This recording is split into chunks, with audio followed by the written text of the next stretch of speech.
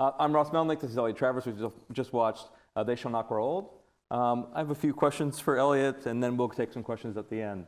Elliot, maybe you can just start from the very beginning. How did this project begin? When did you come on it? And what was the whole impetus for this project to start?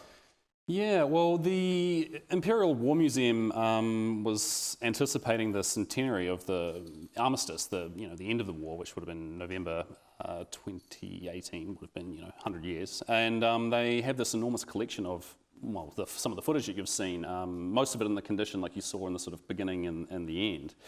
And they really wanted to do something that would present that material, because most of it sort of sits in the archive and isn't really so easy to access or kind of line up with anything else. And they are obviously aware of Peter Jackson. He's constantly going to the museum and pestering them about questions of things, and has such a huge interest that they thought he would be a perfect fit to try to do something with the material to present it to people. And so initially they had an idea to turn it into something like a 30-minute short of some sort to present at a royal screening in London.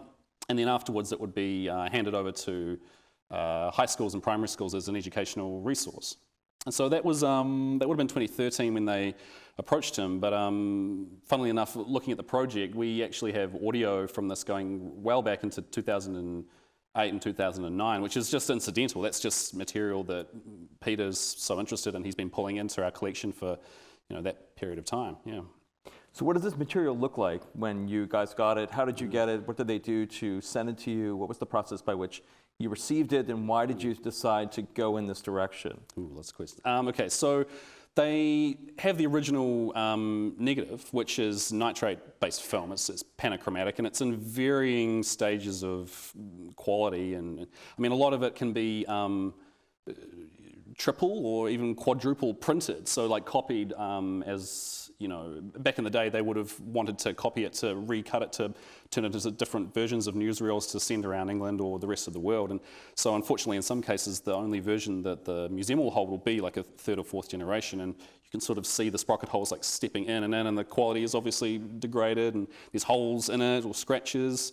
It also shrinks and expands, which creates issues with kind of jump in the gate. So, that all has to be accounted for. But in the first case, it gets scanned in a traditional way as you would telecine film.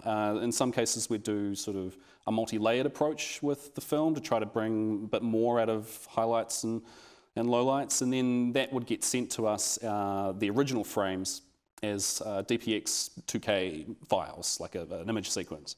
And then that's where we start, basically. And then we would bring that into our equipment, mostly the Mystica and programs like Phoenix, to sort of, in the first case, just get it as it comes in. It could be really badly damaged, almost unwatchable, but just to get a sort of viewing copy of it, and we'd turn that into Avid Media that would come into Media Composer, and we'd organize it, go trawl through databases, trying to identify what it is and who's in there. And then while that's happening and we're getting our historians started on that kind of work, we'd be doing a kind of a first run restorative pass on it, just to make things more visible and more watchable, but still frame for frame, so still stuttery and jumping up and down and stuff like that. So you get this material in, and Peter Jackson starts to look at it, and the team starts to look at it. At what point do you say, there's something else we can do with this? When did that transformation happen from the 30-minute idea of let's get this material back out to a night screening and to some educational material for British schools, to the fact of thinking, well, maybe there's something more inventive, more impactful that happens? How did that process take place? Yeah, I mean, we were doing a lot of testing with a lot of different kind of proprietary equipment to see what we could do with the restoration, and part and parcel with that was developing the retiming, mechanisms that we were going to use. And through that, Peter really started to connect with the faces of these soldiers and people that were in there, and seeing the little human moments and expressions that were there. And I mean, he just kind of let his imagination run wild, and got to a point where he was thinking, why are we only trying to make this black and white? We should really, they saw the war in colour. We have all this reference, a huge library of original World War I uniforms, weapons, whatever you want to use to colorize and recreate what it was like for them. And so that conversation started with the Imperial War Museum, and we found a vendor partner in Stereo D who were willing to come on and sort of tackle this enormous job. So there's a kind of, just for people who don't understand the whole process by which, maybe the technical process by which it went from this juddery, differently, sort of different frequencies and frame rates to this. What are all the different kinds of special effects, if you will, that were used, including not just colorization, but the way that things are framed, the way that you smooth things out? Can you go through just a kind of a small list of how you get this kind of this intimacy and this experiential feeling? Yeah, sure. So, I mean, the original scan would have scanned each frame for frame, and as I said, it can kind of move around in the gate that you're scanning it on. So a first instance would just kind of be centering it and getting the edges kind of cleaned up and nice. And then, we have an issue with the stock that was used at the time, a panachromatic. It's considerably more sensitive to blues and sort of, colder colors than it is to yellows and, warmer colors like that. So knowing that, we could kind of balance to accommodate, what had happened, and then we'd start to see more details come out that weren't necessarily there. Things like sort of patches on the helmets and stuff like that, which you wouldn't have noticed until you've kind of leveled things like that off. Then once we've got that, cleaned up and removed the scratches and the jumpiness and balanced out the exposure, we start playing around with retiming it, so slowing it down. Now that's really guesswork. All the cameras were very new. I mean, when you would have seen a lot of the soldiers reacting and kind of not knowing what to do and just sort of sitting there, because that was such new technology. They were used to going into a studio and having sort of braces put on them and having to sit very still for maybe like a 10-second exposure on a still frame. So seeing someone sitting there hand cranking a film, they didn't know what to do, that you'd potentially sort of get the impression that off camera in a lot of these shots, the cameraman would suddenly be like, no, come on, like move around, do what you're gonna do, because they're kind of just stopped, in their tracks. And so with that in mind, it was just a lot of trial and error. We'd sort of have an idea of a lot of the shots that we would want, so we'd have a range to work with, and then we just have to experiment with slowing it down. Historically, we thought that about 16 frames a second was about right for what it was supposed to be, but we found in practice it was really sometimes as low as 9, 10, 11 frames a second, and sometimes as high as sort of 17, 18, 19. I mean, where it gets really tricky though is that the rate would change within the duration of a shot. You have to remember that these cameramen were right on the front line, having bullets go past them and shells explode in front of them. So you can imagine if you're cranking a camera, you being consistent might be tricky, or if you pan, it might change a little bit.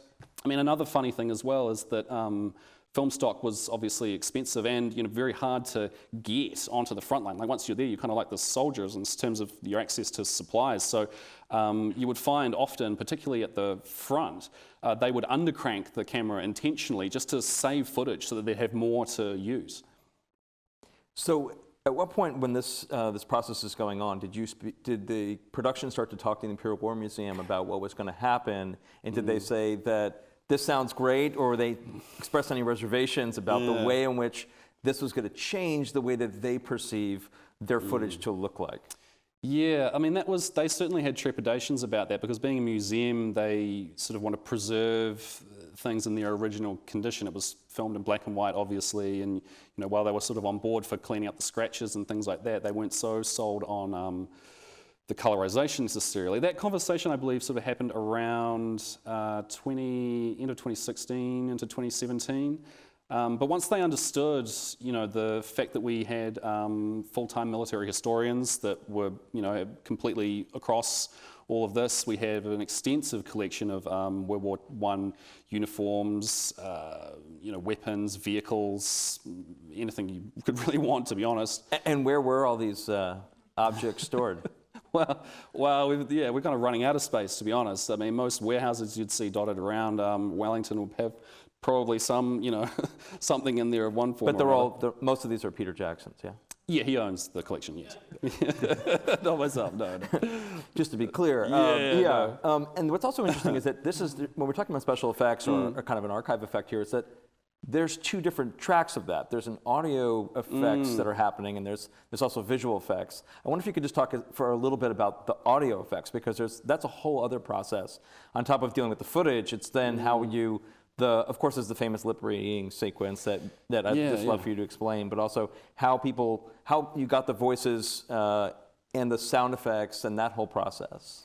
Yeah, well, again, I mean, I was so impressed by our team at Pakaro Post there with the work that they did, because they're literally starting with nothing. At least with picture, we've got something to kind of, go with. But there was no audio recording in situ, obviously. Again, drawing on our collection, they were able to, create a lot of the effects from period piece equipment. I mean, Peter Jackson owns, World War I artillery pieces, so we pulled those out of the shed, and we were able to get the breech mechanisms, opening shells going in and out, them travelling around. We have a relationship with the New Zealand Army. They train a few times a year firing 105mm howitzers, so we arranged with them to go and mic near the firing pieces, as well as on the ridge lines and nearer to the impact sites. So, when you're hearing the shells whistle over, that's a real shell, live shell, and when it's impacting, that's not something that's out of a library. That's all practical. And those artillery pieces are very, very similar in size to what was generally fired on World War I. I'm just go back about fidelity. To get the color scheme and the kind of the right gradations of foliage and grass and mud, what was the work that was done by the historians on site and by Peter Jackson done to also give it a kind of a level of historical accuracy? Yeah, so I mean, Peter, he's a huge World War I buff. He travels pretty regularly to France and likes looking around the sites. For this particular job, he went through Belgium and France with a camera, just on his own, hired a car and was wandering around taking photos of a lot of the sites that are there. Something that's quite interesting about that area is it's mostly chalk in the ground, which kind of became evident, and that can become confusing for a lot of the footage when it's potentially winter. You might think it's snow. So discovering where that is and why really helps us get that that level of accuracy.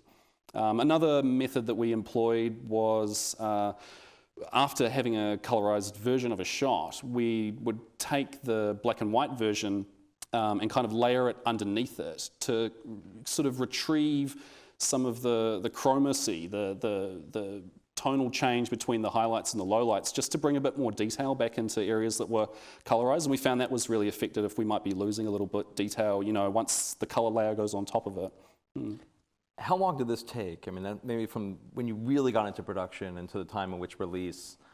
It would probably be about 18 months, 20 months all up, when we really started working on creating the shots. But I mean, before that, we've had researchers just basically trawling through the audio since, about 2010, something like that, yeah. You were telling us before the screening an interesting fact about how late this transition from being a shorter film into what was a feature. Yeah, right. Can you kind of go through that very interesting timeline? Yeah, so, up until really about a month or 5 weeks before delivery, we didn't really know that it was going to be much more than 45 minutes, to be honest. And that was already sort of violently pushing out the 30, 35 minutes that we'd agreed to with the Imperial War Museum.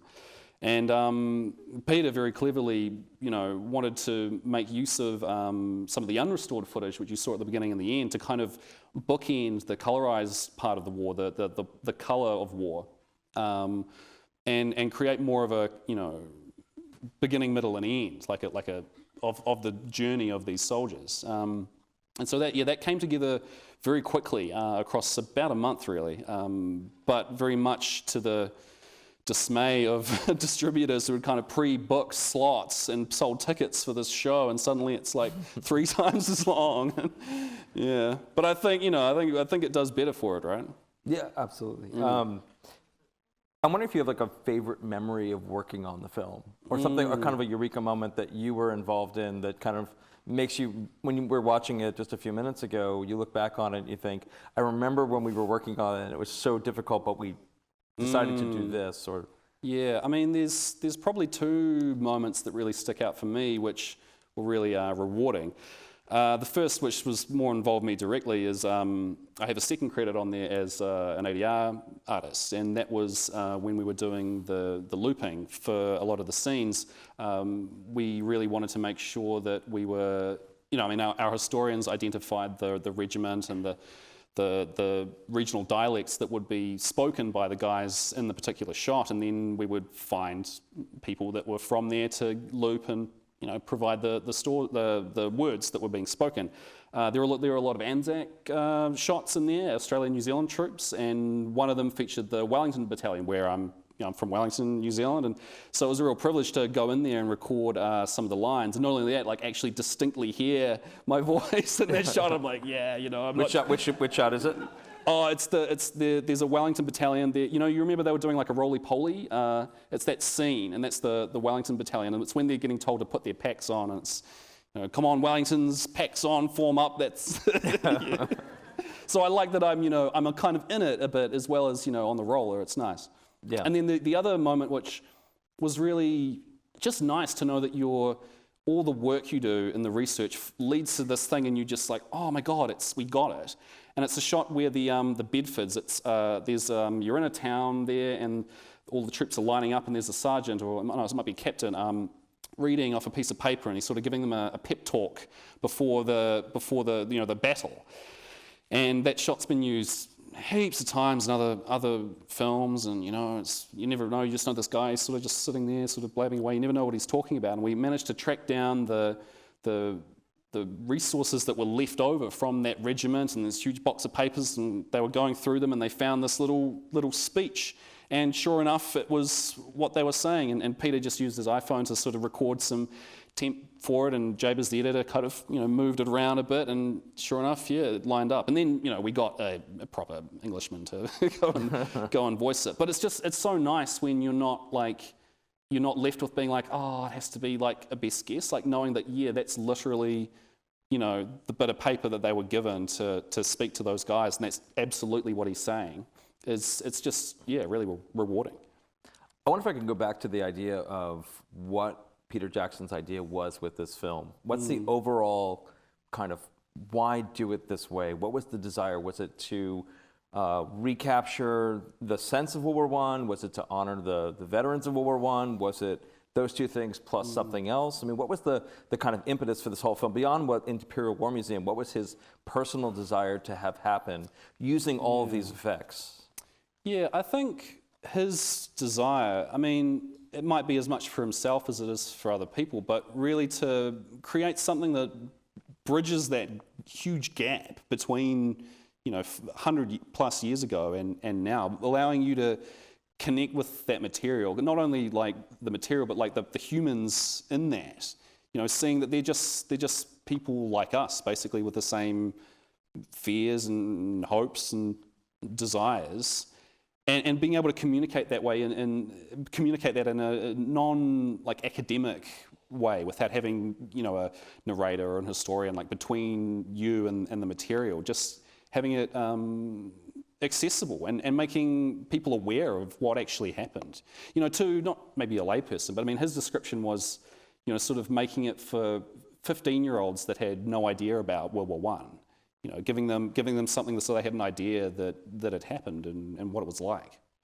I think maybe one thing that's interesting is actually the New Zealand story in this film, and the fact that this is taking place. Most of this work was done in New Zealand, and I think many people don't kind of know the ANZAC story, and not to switch out of film for a second. Right. But I wonder if you could just give us a sense of what was the New Zealand and Australian story to World War I within the British context, and then why that might have played a role for Peter Jackson as well in terms of the familial connections.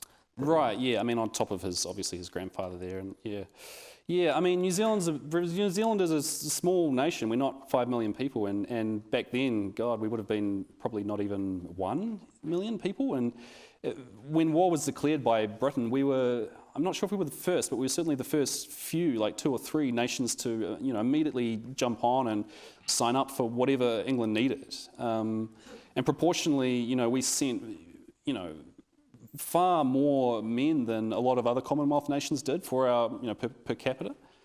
We suffered extreme losses as well, which, you still see how present that is in the culture back home. There's memorials everywhere. We still very much acknowledge these key moments and campaigns. I mean, Gallipoli, which is in Turkey, which isn't featured here, was a huge campaign for Australia and New Zealand, which was a colossal loss and I mean, dare I say it, failure, really. It was, it had a huge impact on several generations, and it's not something that we, could ignore.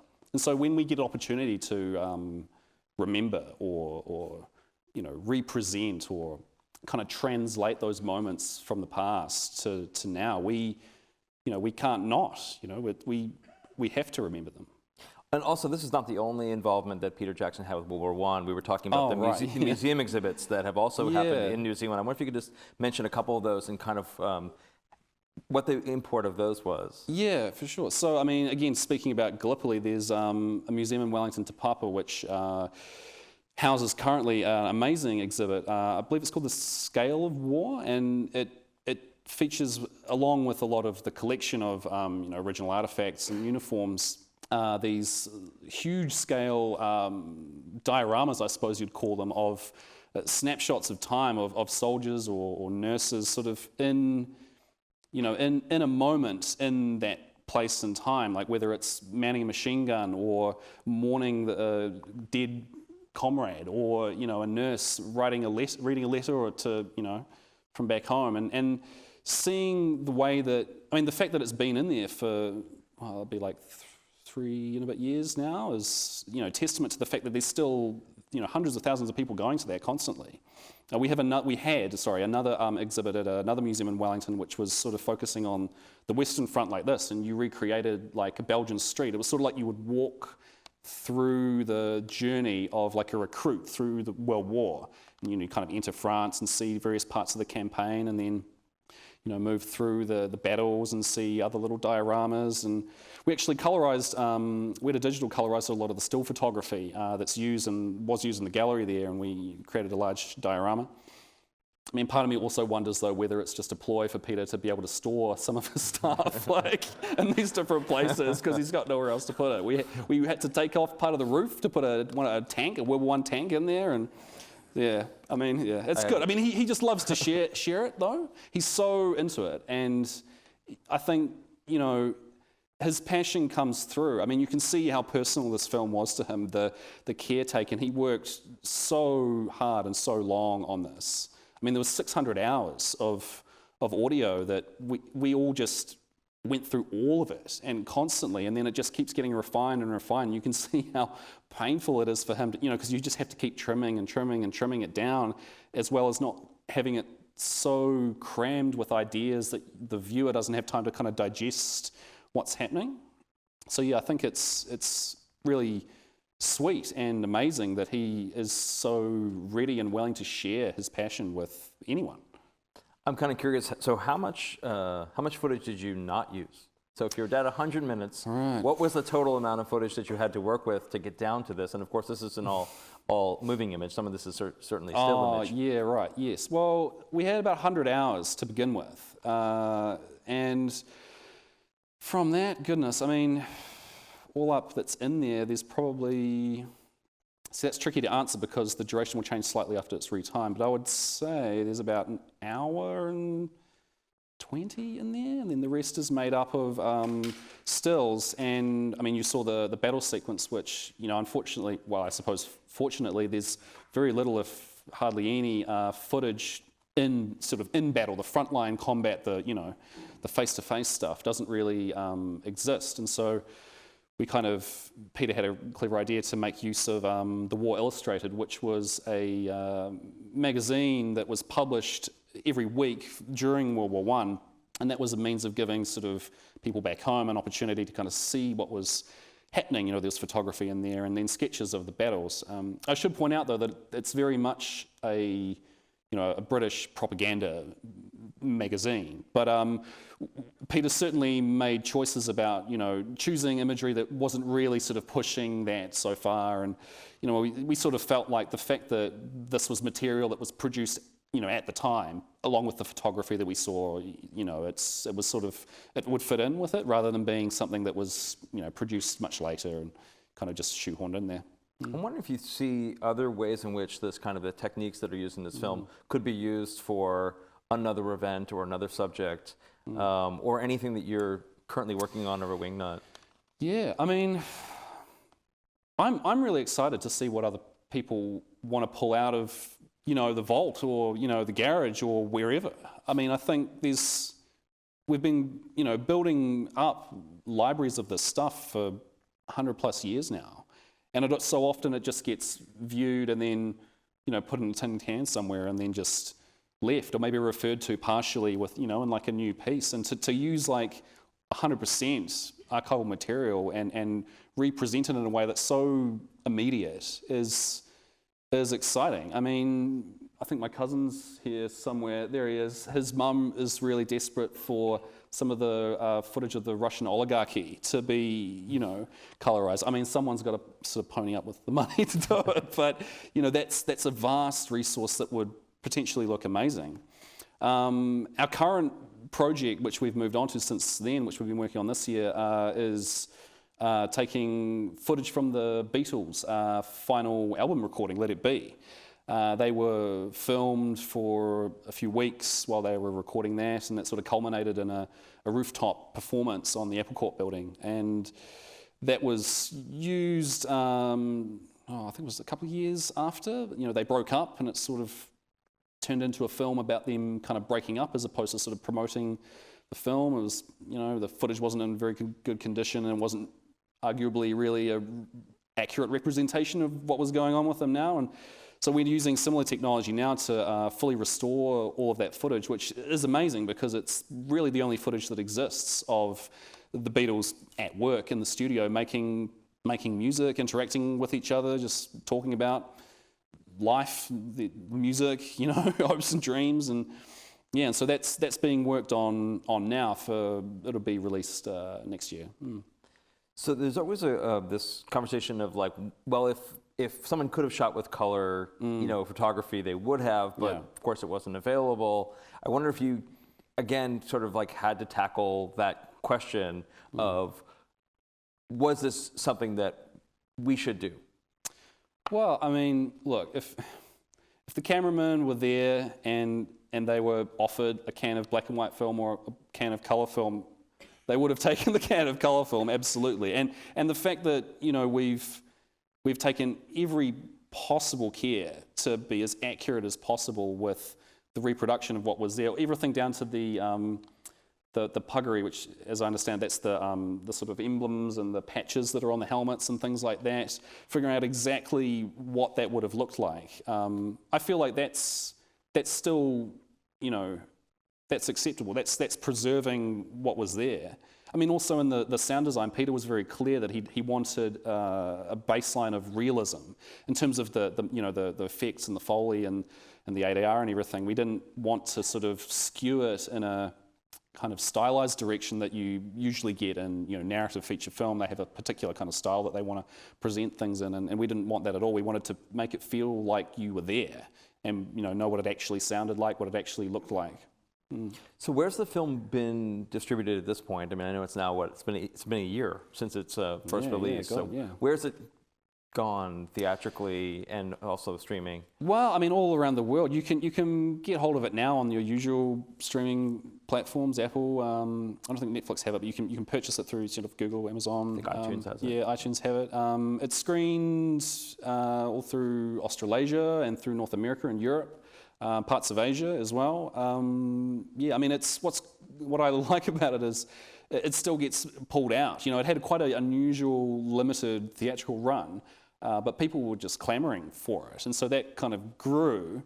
And now you'll often see it surface at events like this, or we've continue to have centenary sort of memorial events, at least back home, remembering the end of World War I, which was in November. Oh, that's centenary, sorry. And I know it was sort of represented a few times for that. So it seems to have really connected with a much wider audience than we ever really expected, which is so great that that translates so well. I mean, Peter put it quite nicely in that we're very much obviously focusing on the perspective of a British, Tommy soldier, frontline, daily life perspective of what it was like to be there on the ground. But, you could very much argue that the experience would have been incredibly similar for a German soldier, a French soldier, a Belgian soldier. And I would even argue some of the experiences on later conflicts that happen around the world, a lot of the way people react to that kind of confronting situation and the way that these men have described it is, very, very similar. I think maybe we should take some questions. You mentioned briefly the ANZACs and the contribution of the Aussies and the Kiwis in the conflict there at Gallipoli in 1915. I have seen brief film clips that were taken during that action. And I just wondered if Peter or you or other people there were tempted to at least do a short of the same type, but about the Gallipoli conflict. And I don't even know how much material exists from that time, but it was a very interesting sideshow, so to speak, from the Eastern and Western fronts in Europe. Very little moving picture footage. We have it. In terms of a desire to make some kind of a film, yeah, potentially. I mean, it's a huge area of interest for Peter. We have pieces of collections arriving from around the world constantly. Someone finds a diary or a letter, and it comes into us, and Peter wants to look at it immediately because he's read all the books that exist. Yeah, I mean, making something of it. I think maybe there's potentially been a tentative idea about like something episodic. I mean, there were many stories in They Shall Not Grow Old that we couldn't fit in. The rise of air warfare was a huge part of World War I that came out, and that's something that Peter has a keen interest in as well. The fact that submarines were developed then and used in the naval campaign, the women's role in the war and the home front, animals. There's a vast amount of material there to kind of craft sort of different stories. Yeah, doing something with Gallipoli, I'm not sure. I think he wants to, but yeah, we're not sure what it might be yet. Yeah, he's obsessed. Yeah, well, maybe. Yeah. Film restoration's been around for a while, especially of silent films and films of that era. My question is, did you develop new techniques? Did you use existing ones, or did you use techniques that are not used for restoration and applied them to this? I mean, what we see visually is so amazing and so stunning to see. It looks better than a lot of the World War II images that we see, or even Korean War images. I mean, it's staggering what the images are. I just wanted, kind of curious about it. I know it's a big question. Yeah, I mean, some of the technology used was proprietary, and it's sort of starting to come into a more widely used, a wider space for just, a layman to start using. Well, maybe not a layman, but like more commercially available rather than, private. I think really the thing to remember is with colorization, shots will look as good as the amount of time that you can spend on them. And there were older colorization that I've seen, very much the approach was broad strokes, a wash of color. Flowers would be like red, and uniforms would just be brown, and the sky was just one wash of blue, and so detail would kind of get lost. I mean, what we did here was considerably more involved. So our historians would take the restored frames, identify everything down to the buttons that we used, the sewing on the uniforms and the patches, the tiny pieces of steel present in the different parts of rifles. Just as an example, the eyelets on boots, like the fact that some of them were painted differently on different boots. Then that goes to some poor roto artist who basically draws around every single tiny little thing that we want to create matted shapes, basically. Then that we use, to a degree, you can use, again, some proprietary software to kind of anticipate where the motion and the velocity of these shapes are going to go as things move across the screen. But in a lot of cases, to get them to kind of stick, manual intervention is required to kind of keep the mats sort of where they need to be.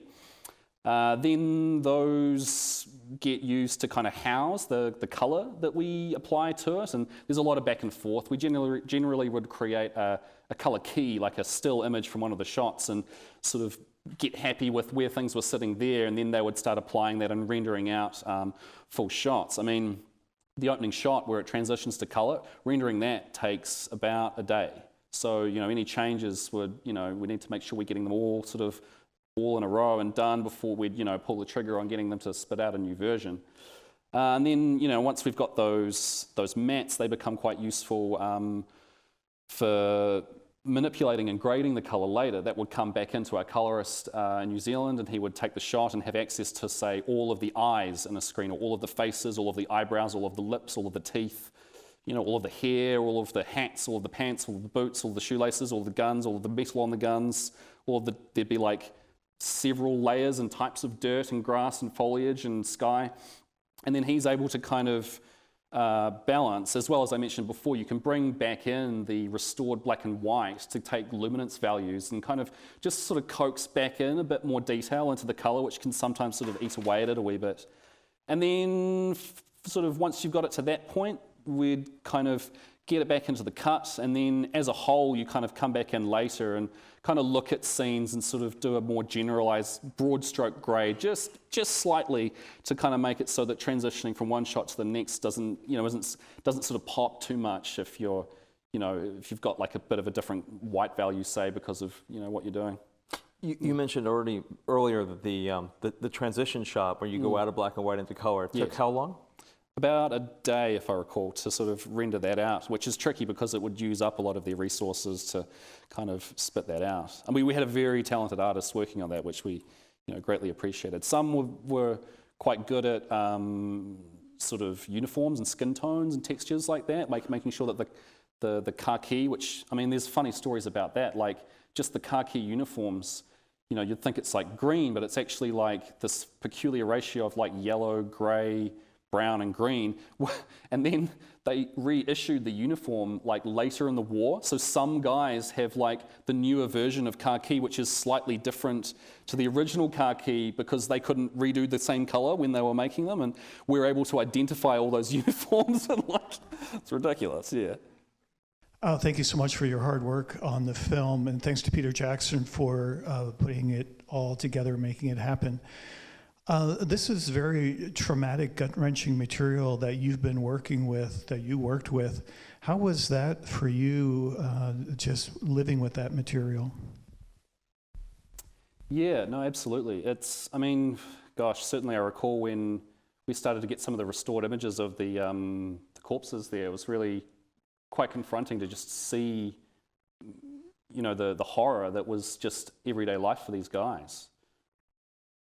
Yeah, I mean, there's a lot of stories that haven't made it in here that are really just, gut-wrenching to say the least.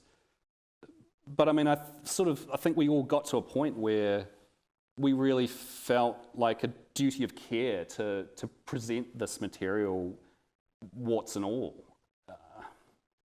I mean, I think, it's funny, I was just talking to you outside about how some of their comments can come across as quite glib and light-hearted, but it's important not to sort of react to them in a more contemporary way. You've got to realize that they're dealing with such a traumatic event, and that's kind of how they soldiered on and just dealt with it. So it became quite evident to the entire team that we were all kind of on this journey where we wanted to, really immortalize their humanity, you know, and that was, I don't think we could shy away from the material at that point or sort of, you know, soften the blow, so to speak. It was, I mean, it was hard work, some of it. A lot of the audio is really confronting. But it's, you know, I think it's important that, you know, it's in there. It's the least we could do. Well, thank you very much, Elliot. This was really wonderful, and thank you for coming here. Thank you all. Thank you. Great.